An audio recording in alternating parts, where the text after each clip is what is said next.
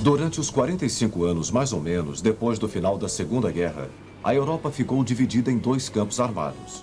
Os dois treinaram bastante para uma guerra que nunca aconteceu.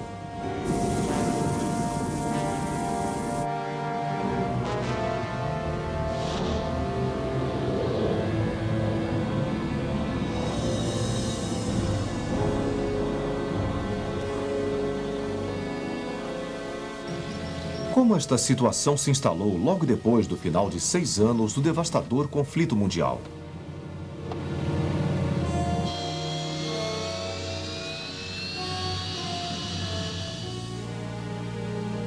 Em 1945, a maior parte da Europa, incluindo a Rússia Ocidental, estava em ruínas. O norte da África estava tomado pelos escombros da guerra.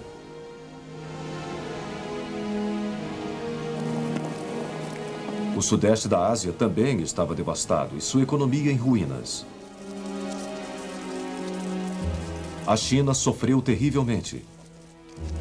E poucas cidades japonesas tinham escapado da destruição pelos bombardeios americanos. Em todo lugar havia pessoas sem lar, pessoas morrendo de fome e pessoas que estavam física e mentalmente destruídas.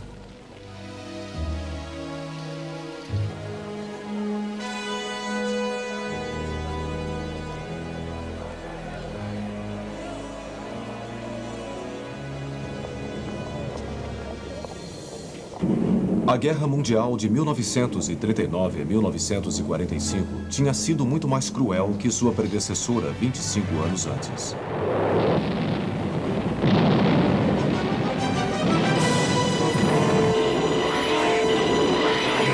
Dos aproximadamente 55 milhões que perderam suas vidas, 2/3 eram civis. Assim, a necessidade de evitar conflitos armados entre as nações no futuro era muito mais premente do que tinha sido em novembro de 1918.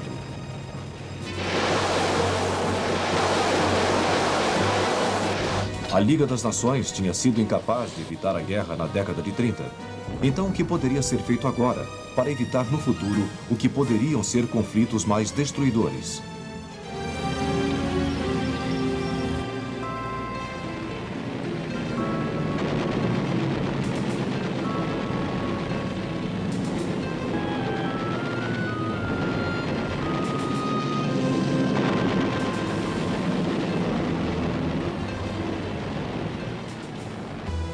Quando o primeiro-ministro britânico Winston Churchill e o presidente americano Franklin Roosevelt tiveram um encontro histórico no Canadá em agosto de 41, eles formaram o Pacto do Atlântico. Neste pacto, eles declaravam suas esperanças para uma paz que iria proporcionar a todas as nações os meios de viver em segurança dentro de suas próprias fronteiras. E foi deste documento que nasceu a Organização das Nações Unidas, ONU. Em janeiro de 1942, nada menos de 26 nações que estavam em guerra com as potências do eixo assinaram o original da Declaração das Nações Unidas, antes do final da guerra, mas 21 iriam assinar. Em Dumbarton Oaks, uma casa de campo nos arredores da cidade de Washington, a estrutura das Nações Unidas foi montada. A cidade de São Francisco, na costa oeste americana, testemunhou o terceiro e último passo rumo à criação das Nações Unidas. Uma conferência de 50 nações, mais uma vez todas em guerra com as potências do eixo, se reuniu aqui em abril de 1945 para formar o Pacto das Nações Unidas, o projeto para a futura paz mundial.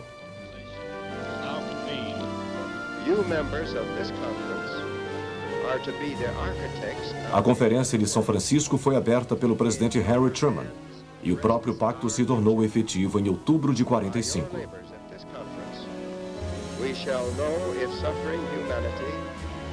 O próprio Truman resumiu a motivação fundamental das Nações Unidas.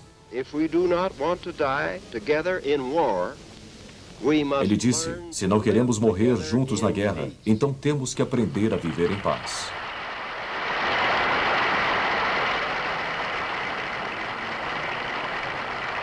Um resultado da criação das Nações Unidas que começou em janeiro de 1942.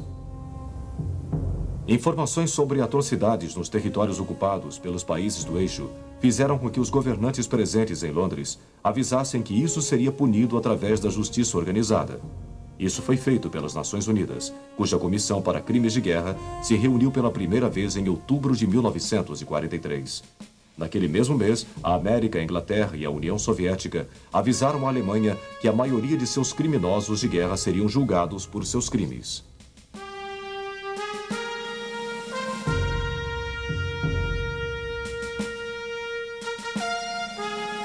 A última conferência dos aliados de guerra em Potsdam, nos arredores de Berlim, em julho de 45, confirmou a intenção de perseguir os criminosos de guerra.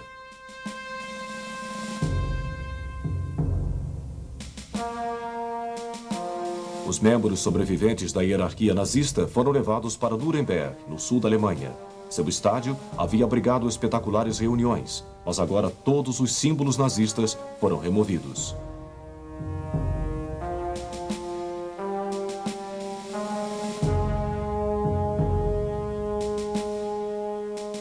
21 dos oficiais de Hitler foram julgados num tribunal militar internacional por crimes contra a paz, o que significava promover uma guerra de agressão, crimes contra a humanidade por encobrir atrocidades contra civis e crimes de guerra, que eram as violações das leis de guerra. O julgamento começou em novembro de 1945 e durou 11 meses.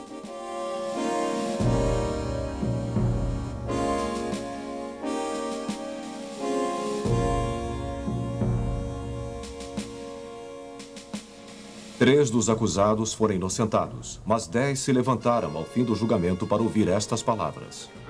O tribunal os sentencia à morte por enforcamento.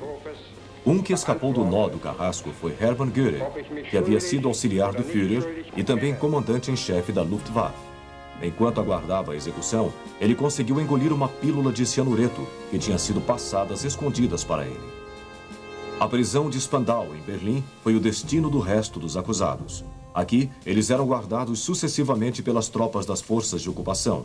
A maior pena seria de Rudolf Hess, que tinha sido auxiliar de Hitler até ele ter ido para a Escócia em maio de 1941, numa bizarra tentativa de negociar os termos da paz com a Inglaterra. Ele nunca deixaria Spandau, morrendo no que alguns disseram ser circunstâncias misteriosas em 1987. Mas as nações individualmente também tinham seus próprios julgamentos para crimes de guerra. Em muitos casos, os acusados também eram sentenciados à morte.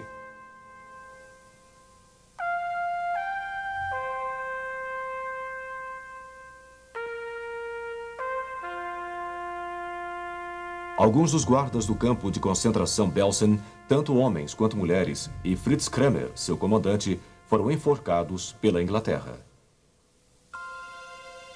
Aquelas nações que sofreram ocupação alemã também se vingaram de traidores e colaboradores.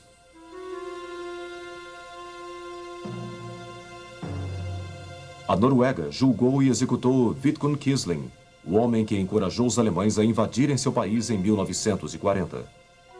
A França julgou e aprisionou o antigo herói nacional Marechal Henri Pétain, que tinha chefiado o governo de Vichy depois da queda da França em junho de 1940. Do outro lado do mundo, um sistema semelhante de julgamentos de crimes de guerra se estabeleceu no Japão. O general Hideki Tojo, que como primeiro-ministro tinha levado seu país à guerra, tentou cometer suicídio antes de ser julgado.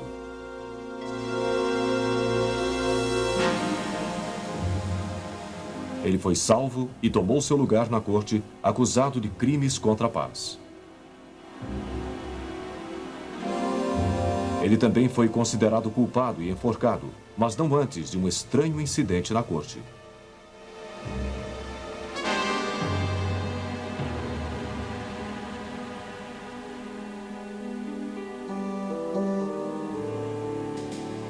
Outro que recebeu a pena de morte foi o Tigre da Malásia, o general Tomoyuki Yamashita, por crimes cometidos enquanto comandava as Filipinas durante sua libertação pelos americanos em 1944.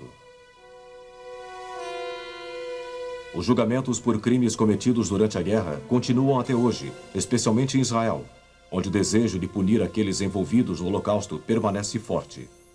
Adolf Eichmann foi sentenciado à morte em 1961. Klaus Barbie recebeu prisão perpétua na França mais de 25 anos depois.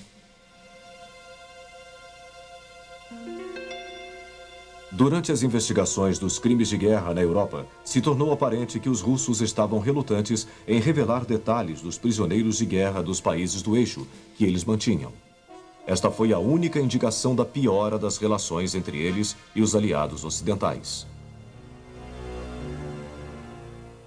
Na verdade, as reuniões no pós-guerra imediato das forças de ocupação da Alemanha mostraram que os russos estavam se tornando incrivelmente não cooperativos.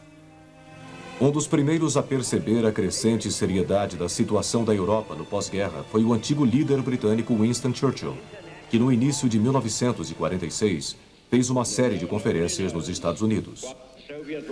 No discurso para uma plateia, na maioria estudantes, em Fulton, no Missouri, em 5 de março, fez esta afirmação: de Stettin, no Báltico, até Trieste, no Adriático, uma cortina de ferro desceu por sobre o continente.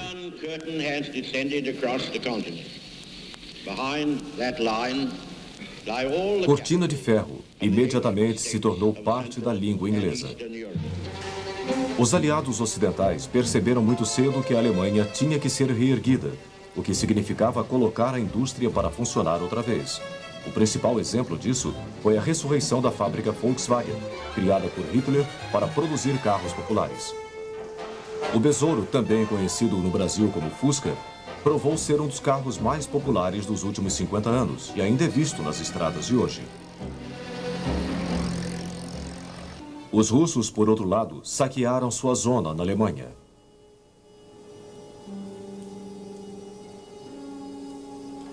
O pior viria em junho de 1946, quando os russos forçaram os aliados ocidentais a concordarem em impedir o movimento dos alemães de sua zona para o oeste. O resultado foi uma fronteira interna na Alemanha, uma cerca que dividia a Alemanha em duas. Isto era contra o que os aliados tinham concordado durante a guerra, que a Alemanha devia ser tratada como um país. Nesta época, as forças armadas ocidentais voltavam para casa para ser desmobilizadas. As que ficaram na Alemanha eram vistas como meras forças policiais para apoiar os governos militares zonais. Havia, entretanto, poucas indicações de que a União Soviética estava dando um passo significativo no sentido de reduzir sua vasta máquina militar dos tempos de guerra.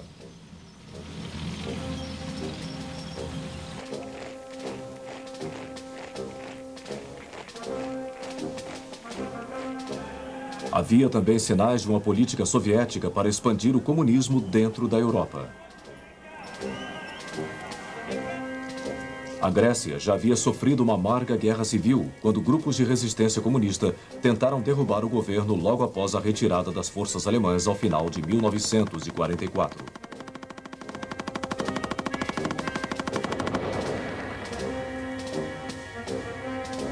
Forças inglesas tinham que ser rapidamente desviadas das lutas na Itália para ajudar a controlar os insurgentes. Na capital, Atenas, a luta era especialmente feroz.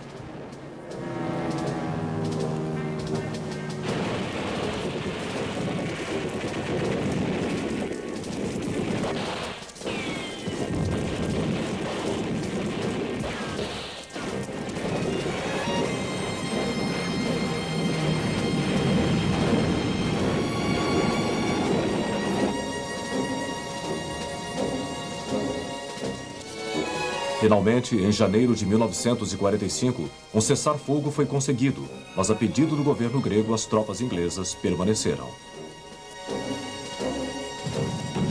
Em 1946, as guerrilhas comunistas no norte da Grécia começaram a ter sua presença sentida de novo e uma segunda guerra civil irrompeu.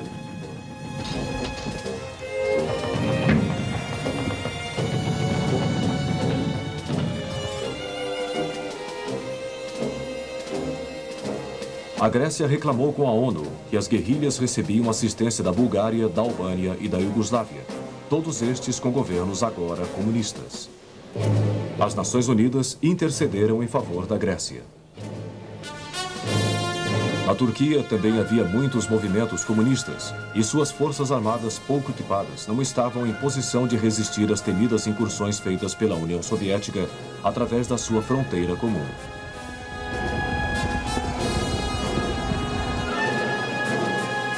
Ainda havia também o espinhoso problema de Trieste, que a Iugoslávia reclamara da Itália no fim da guerra.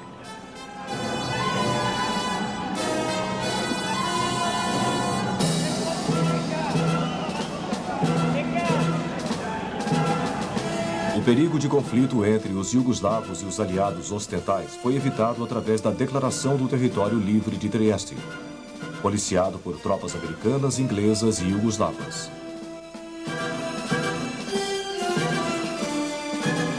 As nações do leste da Europa, que haviam sido todas libertadas pela Rússia, não tinham permissão de fazer eleições verdadeiramente democráticas durante os primeiros 2 anos de paz.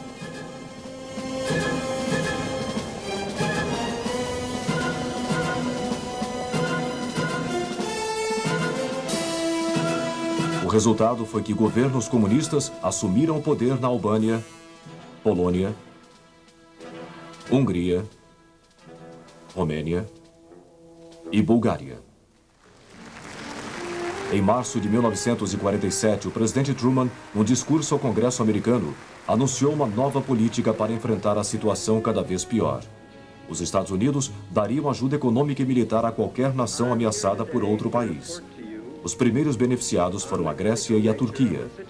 A doutrina Truman seria a pedra fundamental da política externa americana pelos próximos 20 anos ou mais. Mas a Europa Ocidental ainda estava lutando para reparar o dano, tanto físico como econômico, de 1939-45. Aos olhos americanos, foi isso que a fez vulnerável à expansão do comunismo. Consequentemente, em junho de 47, o general George C. Marshall, chefe da equipe americana na época da guerra e agora secretário de Estado, anunciou que os Estados Unidos estavam preparados para oferecer apoio econômico para ajudar os países europeus a se reerguerem. O Plano Marshall, como ficou conhecido, foi vigorosamente aceito pelos países da Europa Ocidental.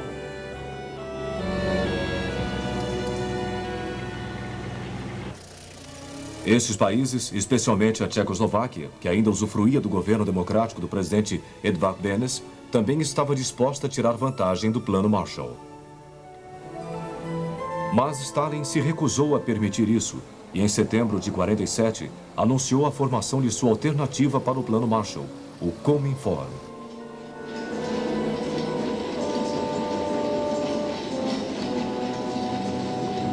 Mas os dias da Tchecoslováquia como democracia estavam contados.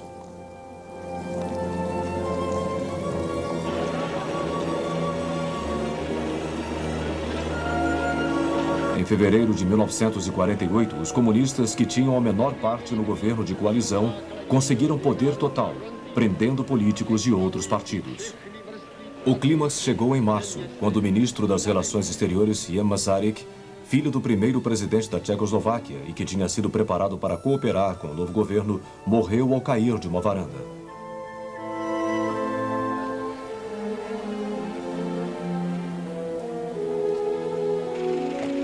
Os comunistas permitiram que ele tivesse um funeral com honras de chefe de Estado, porque ele tinha grande apoio popular, mas havia uma forte suspeita de que eles o assassinaram.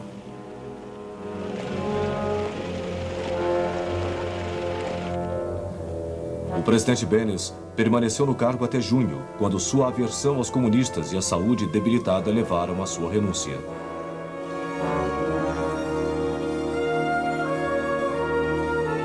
Com isso, o domínio de Stalin sobre a Europa Oriental estava completo. Stalin agora se voltava para Berlim, onde, sob a Declaração de Berlim de junho de 1945, os americanos, ingleses e franceses tinham zonas de ocupação na parte oeste da cidade. Isso trouxe a aprovação pelos aliados no tempo da guerra de que a Alemanha seria tratada como um país e teria sua capital finalmente devolvida.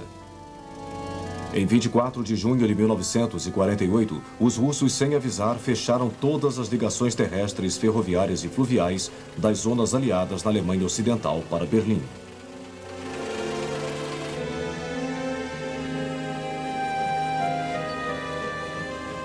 Isso significava que não só Berlim Ocidental estava isolada do mundo exterior, mas seus habitantes enfrentariam a fome. Os pedidos dos aliados ocidentais de que os russos reabrissem as ligações foram recusados, mas a força militar do Ocidente estava muito fraca para guerrear. Todavia, os aliados ocidentais não seriam forçados a se retirar de Berlim Ocidental. Eles então resolveram manter suas zonas na cidade, reabastecendo-as inteiramente pelo ar. Assim começou a ponte aérea de Berlim, um dos desafios mais notáveis encarados pelo poderio aéreo que o mundo já conheceu. Durante quase 11 meses, a Força Aérea Americana e a RAF, a Força Aérea Britânica, fizeram voos sem escala entre os aeroportos de Gatow e Tempelhof de Berlim, que se tornaram os mais movimentados do mundo. Os aviões entregavam tudo, desde comida, passando por sabão e suprimentos médicos, até combustível líquido e, principalmente no inverno, carvão.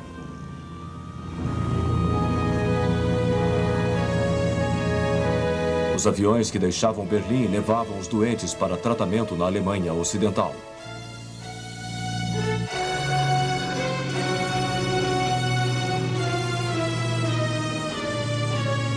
E assim o povo de Berlim Ocidental sobreviveu, mesmo tendo sido forçado a derrubar a maioria de suas árvores para transformar em combustível.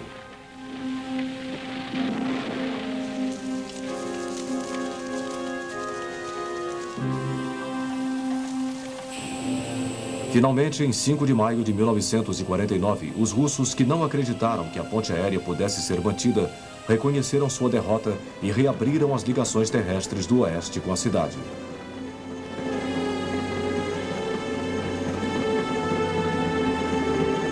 Os berlinenses ocidentais puderam respirar outra vez, mas mesmo antes da ponte aérea de Berlim, o Ocidente tinha começado a mostrar maior solidariedade.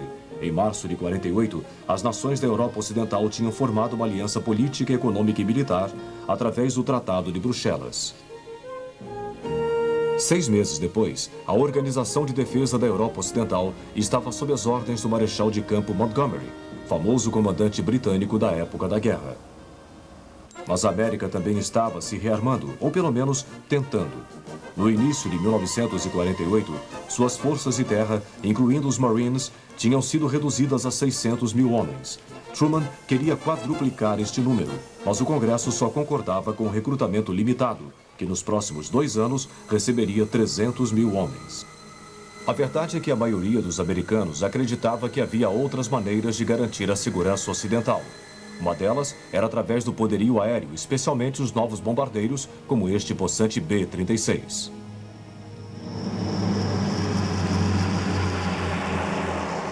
Outra era a bomba atômica, que no final de 1948 somente os americanos ainda possuíam, e que tinha demonstrado seu impressionante poder destruidor em agosto de 1945 contra o Japão.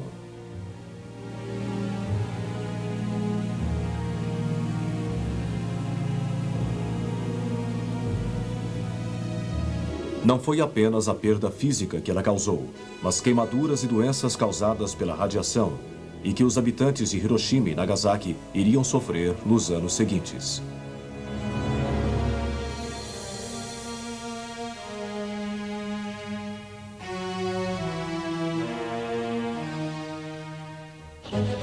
Mas era importante que os Estados Unidos estivessem militarmente prontos para defender a Europa Ocidental. Consequentemente, uma nova organização de defesa teve início em abril de 1949. Era a Organização para o Tratado do Atlântico Norte, OTAN, cujos 12 signatários iniciais foram Estados Unidos, Canadá e os países da Europa Ocidental, incluindo Noruega, Dinamarca, Islândia, Itália e Portugal. A reação soviética inicial à OTAN foi hostil, mas uma vez que o tratado tinha sido assinado, houve um leve descongelamento nas relações orientais e ocidentais, que se refletiu no fim do bloqueio a Berlim e a retirada do apoio externo aos comunistas na Grécia. Durante todos os anos imediatamente posteriores à guerra, os americanos continuaram a desenvolver armas nucleares. Para isso, eles fizeram um bom número de testes no Oceano Pacífico. Eles dividiram seu crescente conhecimento com os ingleses e os franceses, que também começaram a desenvolver estas armas. O poder explosivo dos testes aumentava. 5, 4, 3, 2, 1, fire!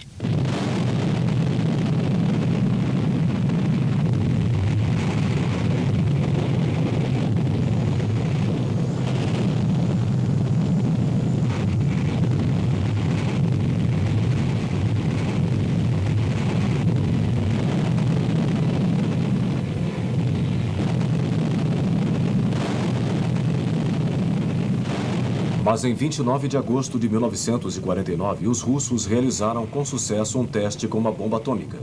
Isso significava que a Guerra Fria agora tomaria uma nova e assustadora dimensão. Os russos foram capazes de desenvolver a bomba atômica tão rapidamente depois de 1945 porque pessoas envolvidas no programa americano de armas nucleares cederam informações secretas, em parte pela crença de que o mundo seria mais estável se os dois lados tivessem a bomba. Espiões como os Rosenbergs da América, o inglês e desertor Ken Philby e o empresário Greville Wynne, aqui visto em seu julgamento em Moscou, tornaram-se uma parte importante da Guerra Fria. Na década de 70, trocas de espiões que haviam sido apanhados aconteciam regularmente em Berlim.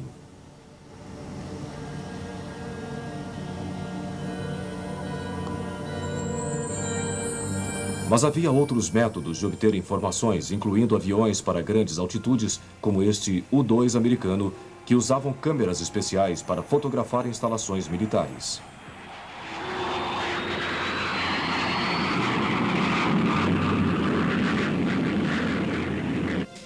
Em 1957, os russos lançaram ao espaço o primeiro satélite e, na década de 70, estes começaram a suplantar os aviões espiões.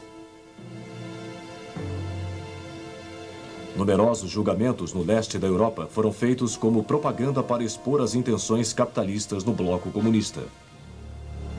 Nos Estados Unidos, o senador Joseph McCarthy levou a nação à histeria no início dos anos 50 com suas acusações de infiltração comunista em todos os setores.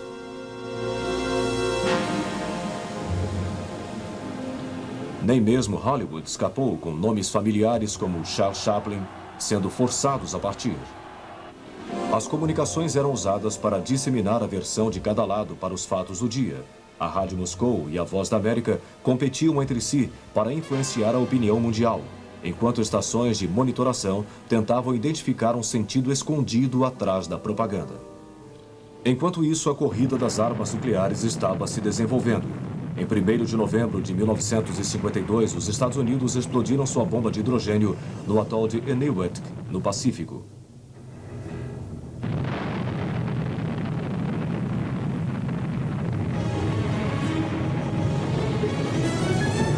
Seu poder destrutivo era muitas vezes maior do que o das bombas usadas contra o Japão em 1945. Mas o poderio militar convencional não era ignorado, com as forças militares soviéticas permanecendo fortes no leste da Europa.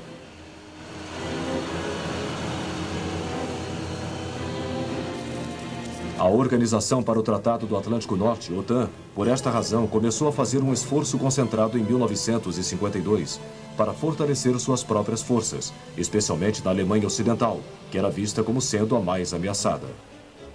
Aqui, em contraste com a Alemanha Oriental, a economia fazia uma recuperação notável e logo seria uma das mais fortes da Europa. Em 1953, Joseph Stalin, ditador da Rússia durante quase 30 anos, morreu.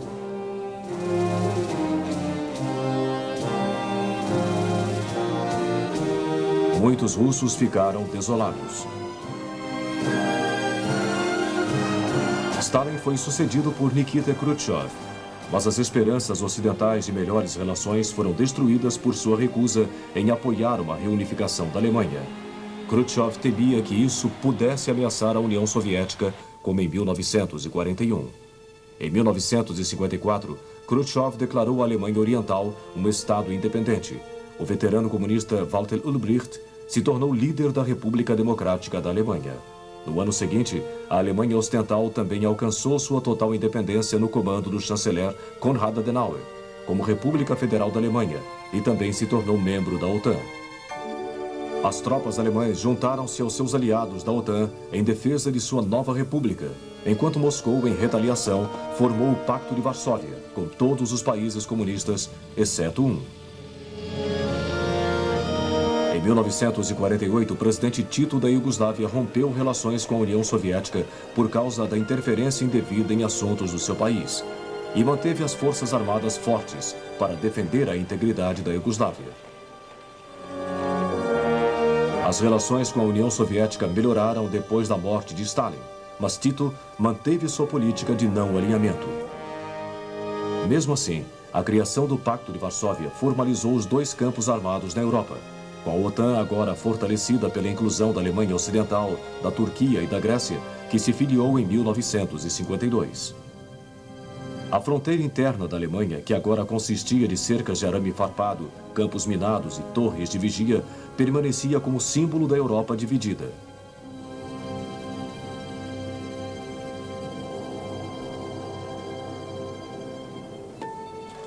Mas nas nações satélites do leste da Europa, nem todos estavam satisfeitos com a mão de ferro de Moscou. Na Hungria, os problemas iniciaram em 1956. Em 22 de outubro, sua capital, Budapeste, testemunhou um levante armado contra o governo stalinista.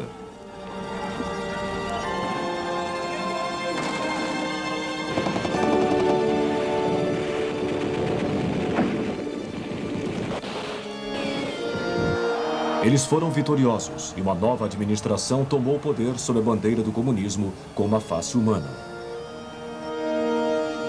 Mas em julho de 1956, o presidente Nasser, do Egito, nacionalizou o Canal de Suez. Os ingleses e franceses, seus proprietários tradicionais, juntaram a força-tarefa e ocuparam seu lado norte no início de novembro. Aproveitando-se desta crise, Moscou invadiu a Hungria com seus tanques em 1º de novembro e rapidamente abafou o movimento de libertação.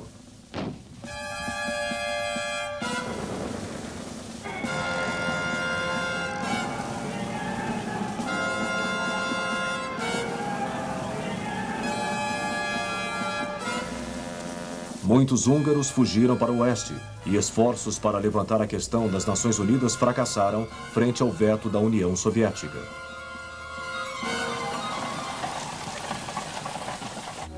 Mas apesar de Suez, havia pouco que o Ocidente pudesse fazer. Por causa de sua inferioridade em guerra convencional, a política militar da OTAN baseava-se firmemente no poder nuclear em resposta a uma agressão soviética. Mas será que o problema da Hungria em 1956 valeria o risco de uma guerra nuclear? A aviação ainda era o meio principal para dirigir armas atômicas. Os modelos típicos do meio da década de 50 eram o novo B-52 americano e os bombardeiros V, ingleses Vulcan e Victor. Eles tinham a mesma aparência dos Tupolev Tu-20 da Rússia. Mas os dois lados estavam desenvolvendo foguetes de longo alcance, em parte graças aos projetos dos cientistas alemães do tempo da guerra que desenvolveram o foguete V1. Na verdade, seu líder Wernher von Braun, visto nestas imagens, trabalhava para os americanos. Armas atômicas de campo ou táticas também começaram a aparecer. Elas tinham a forma de foguete de curto alcance ou de projéteis nucleares disparados de canhões convencionais.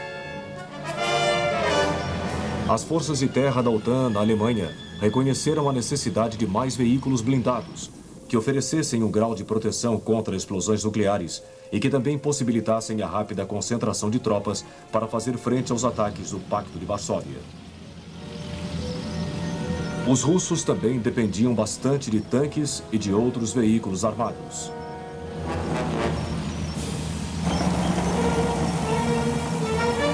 Eles aplicavam muitas das táticas de Blitzkrieg, desenvolvidas entre 1942 e 1945. Na realidade, seu objetivo era alcançar o canal inglês em apenas 10 dias após cruzar a fronteira interna alemã. Inicialmente, eles viam as armas nucleares como um apoio útil à sua estratégia.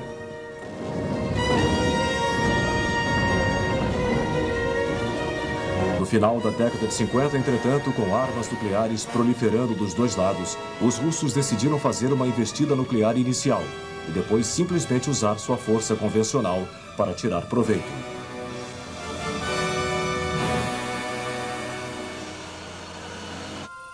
Cuba foi o cenário da primeira e mais séria crise nuclear da Guerra Fria. Em 1959, guerrilhas comunistas tinham derrubado o governo. Elas eram lideradas por Fidel Castro. 2 anos mais tarde, a América, horrorizada com o regime comunista em seu quintal, patrocinou refugiados interessados em derrubar Castro. O resultado foi uma desastrosa tentativa de desembarcar uma força de exilados na Baía dos Porcos, em Cuba.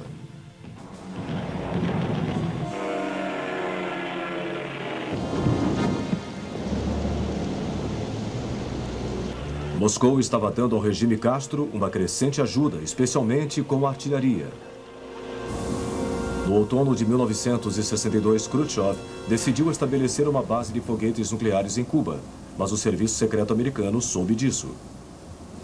O presidente americano John F. Kennedy agora divulgou um ultimato.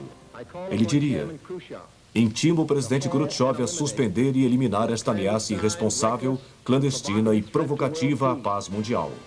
O mundo reteve a respiração, temendo que a guerra nuclear estivesse bem perto. Mas Khrushchev rapidamente voltou atrás, percebendo que o armamento nuclear americano ainda era muito maior do que o seu, e os mísseis foram removidos.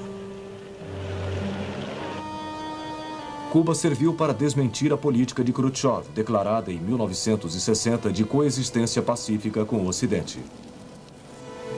Assim como um fato em Berlim, no dia 13 de agosto de 1961, quando os berlinenses acordaram e descobriram os guardas da fronteira da Alemanha Oriental, construindo um muro ao longo de sua fronteira com Berlim Ocidental.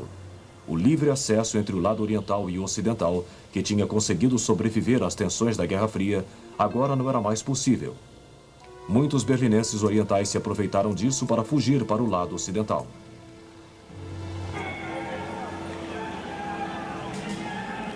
Alguns continuaram tentando e conseguiram, mas muitos foram baleados pelos guardas da fronteira. O Muro de Berlim agora tomava o lugar da fronteira alemã interna, como o principal símbolo de uma Europa dividida, com as luzes e o frenesi de uma Berlim Ocidental de um lado e a palidez da Berlim Oriental comunista do outro. Os líderes das duas superpotências reconheceram isso.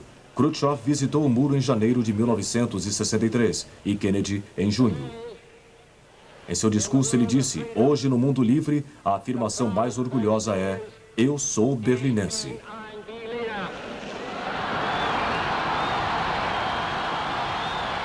Em pouco mais de um ano, os dois desapareceriam do cenário mundial. O presidente Kennedy foi assassinado em 22 de novembro de 1963, quando visitava Dallas, no Texas, e Khrushchev foi deposto por Alexei Kosygin e Leonid Brezhnev em outubro de 1964. Agora, a atenção americana começou a se dirigir para o que seria a longa agonia do Vietnã.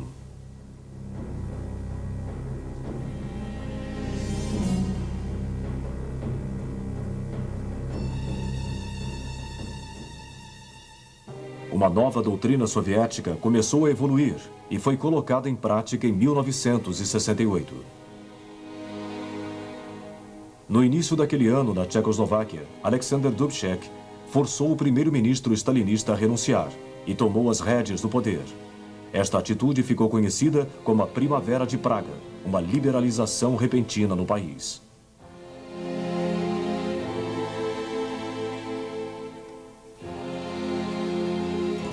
Esta nova política foi cultuada no Pacto de 68, que foi assinado por muitos tchecos.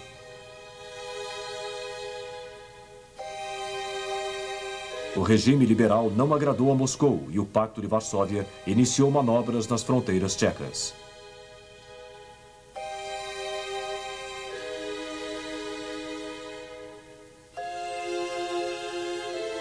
O primeiro-ministro soviético Kosygin visitou Praga, mas os tchecos se recusaram a suspender seu programa democrático.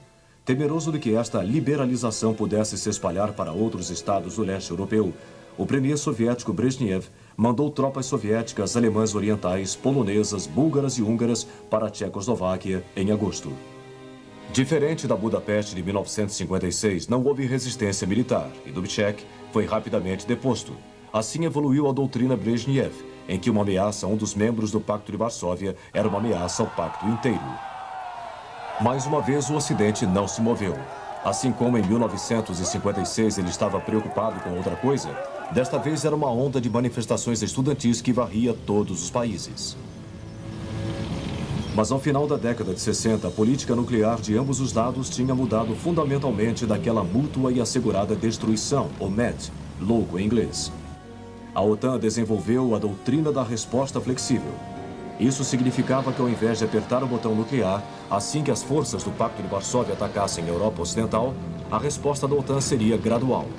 Caso seus oponentes não recuassem, a resposta seria gradualmente endurecida até que cruzasse o limite nuclear. Isso significava que as forças convencionais teriam um papel mais significativo a desempenhar do que tinham até agora.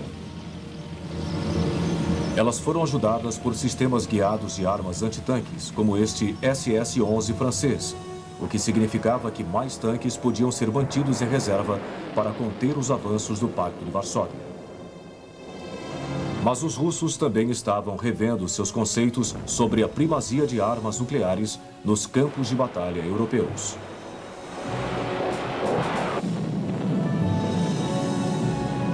Eles também perceberam a crescente sofisticação do armamento da OTAN e produziram seus próprios mísseis antitanques e helicópteros de ataque, assim como tanques mais poderosos.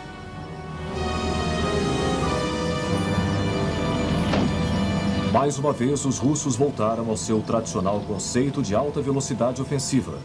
Se fosse rápido bastante, ele poderia, em conjunto com forças especiais, passar pelas armas nucleares táticas da OTAN antes que elas pudessem ser usadas, e assim ganhar a guerra sem torná-la nuclear.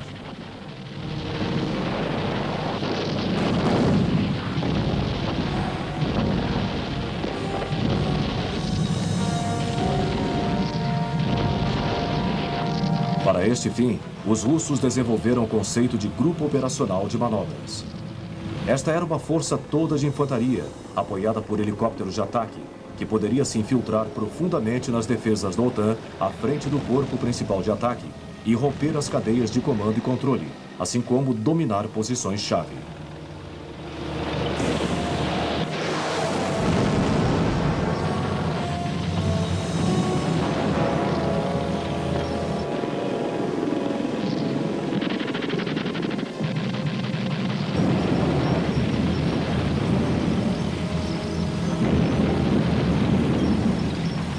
Mas enquanto os dois lados estavam tentando retardar o uso de armas táticas nucleares no campo de batalha, o arco estratégico nuclear continuava a fazer sombras sobre a Europa e a América do Norte. As formas principais de envio continuavam sendo os aviões e os mísseis terra-a-terra, mas agora havia se juntado a eles uma terceira, o submarino balístico nuclear. Estava formada a tríade nuclear estratégica. Ela era baseada na teoria de que todos os meios de disparo não poderiam ser controlados ao mesmo tempo, assim mantendo o que se chamava de capacidade de segundo ataque. Mas na década de 70, os dois lados começaram a reconhecer que possuíam muito mais armas nucleares do que o necessário. Não só a corrida às armas nucleares estava aumentando em tensão, como se tornava cada vez mais dispendiosa para se manter.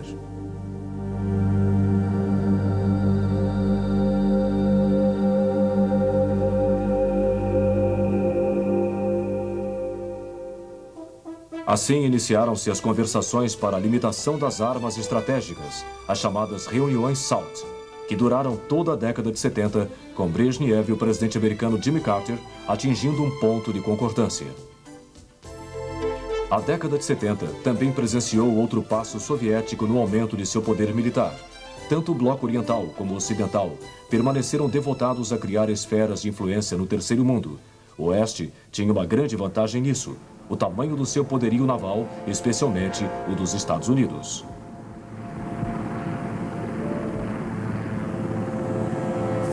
A Marinha Russa, em virtude de seu limitado acesso aos oceanos, sempre tinha tido a pior relação nas Forças Armadas. Mas sob a liderança do almirante Sergei Gorshkov, a Marinha Vermelha iniciou um maciço programa de expansão. Um grande número de navios modernos começou a aparecer e logo foram vistos em todos os oceanos do mundo. Os dois lados venderam armas aos países do terceiro mundo numa tentativa de ganhar influência.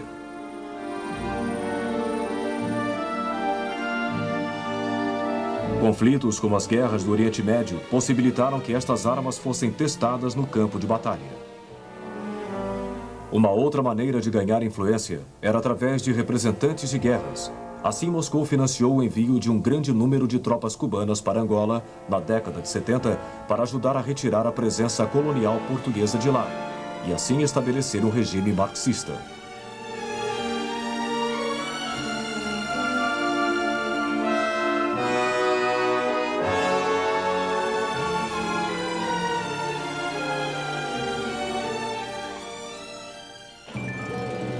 Mas, no meio da década de 70, o apetite americano pelo terceiro mundo havia sido diminuído pela terrível experiência do Vietnã. A determinação em não se envolver em futuras e desastrosas aventuras no exterior resultou numa redução nos gastos militares. Em 1979, aconteceu o cerco à embaixada dos Estados Unidos em Teherã, capital do Irã, por militantes do novo regime islâmico fundamentalista. A falha em resgatá-los fez cair a confiança dos americanos. O outro acontecimento foi a repentina invasão soviética ao Afeganistão no final de 1979 e o reconhecimento de que o Ocidente estava impotente para tomar alguma iniciativa. Mas ao final dos anos 70, dois novos líderes ocidentais chegaram ao poder, o presidente Ronald Reagan e a primeira-ministra britânica Margaret Thatcher. Conscientes dos recentes avanços soviéticos, especialmente do novo teatro de armas nucleares, eles se dedicaram à modernização de suas armas, para mais uma vez atingir a superioridade nuclear em todos os níveis. O novo teatro de armas nucleares, o míssil Cruise, de voo a baixa altitude, e o foguete Pershing II foram desenvolvidos. Reagan também começou a desenvolver o altamente sofisticado projeto Guerra nas Estrelas, um sistema antimísseis nucleares balísticos. Reagan e Thatcher mostraram sua capacidade de usar a força.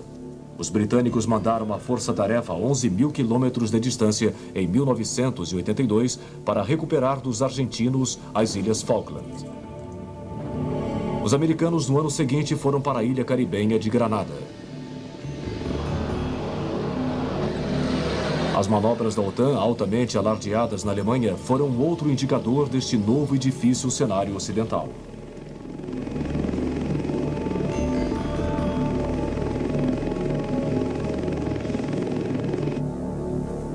Em contraste, os russos se encontraram sem saída no Afeganistão, que estava se tornando outro Vietnã.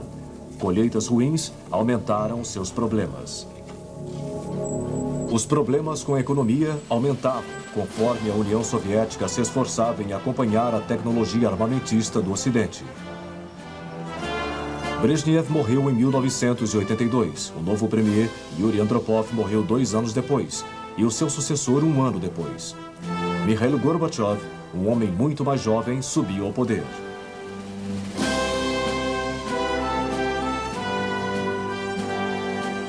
Gorbachev percebeu que os problemas da economia soviética e a crescente insatisfação no leste europeu significavam que o bloco oriental não poderia continuar mantendo a corrida armamentista. Numa série de reuniões com o presidente Reagan, Gorbachev chegou a um acordo na grande redução de armas, nucleares ou não.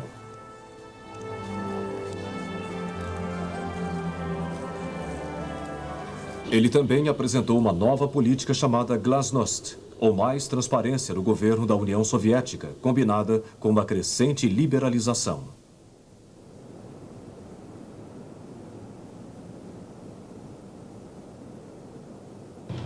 Gorbachev também retirou as forças soviéticas do Afeganistão.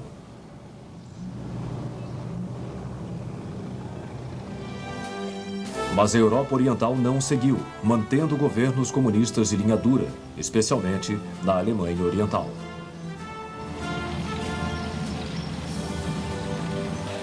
Mas suas populações tornaram-se crescentemente impacientes por reformas e a situação chegou ao auge em 1989. Na maior parte dos países da Europa Oriental, forças democráticas ganharam o controle sem violência, como na vitória de Lech Wałęsa, na Polônia, e Václav Havel, na Tchecoslováquia. Mas na Romênia, a queda do ditador Nicolae Ceausescu foi sangrenta, especialmente em Bucareste, a capital.